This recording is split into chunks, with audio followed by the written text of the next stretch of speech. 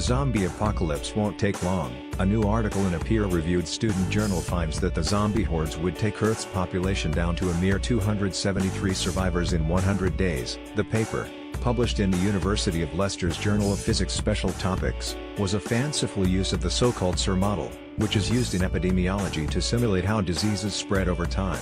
It's not the first time zombies have been used as a public health metaphor. In December 2015, for example, the British medical journal The Lancet published a tongue-in-cheek paper titled Zombie Infections, Epidemiology, Treatment, and Prevention.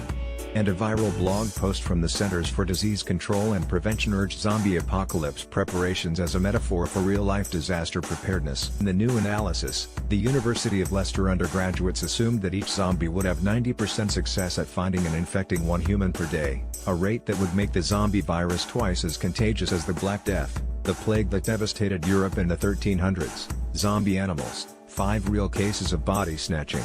The researchers further estimated that each zombie could live 20 days without brains, assuming a starting population of 7.5 billion people, approximately the world's population today.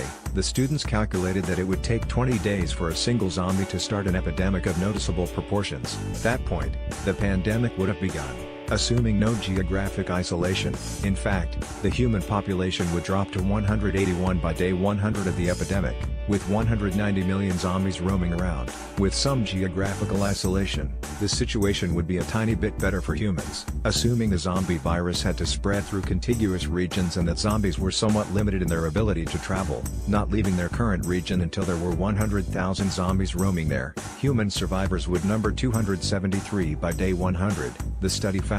A more realistic model might assume that each zombie could find fewer human victims over time, the students wrote, because there would simply be fewer humans to find. We have also not included the possibility for the humans to kill the zombies, they wrote. But never fear, in a follow-up paper, the students did just that. They extended the zombie lifespan to 1 year in order to up the challenge a bit, but also gave each human a 10% chance of killing a zombie each day. They also accounted for human reproduction, assuming reproductive age women would be able to have a baby once every 3 years. These assumptions provided some hope for humanity. Under this model, the human population rapidly dropped off to a few hundred again. However, the zombies died off after 1,000 days. Under this model, 10,000 days after the beginning of the epidemic, the human population would start to recover again, the students found. Original article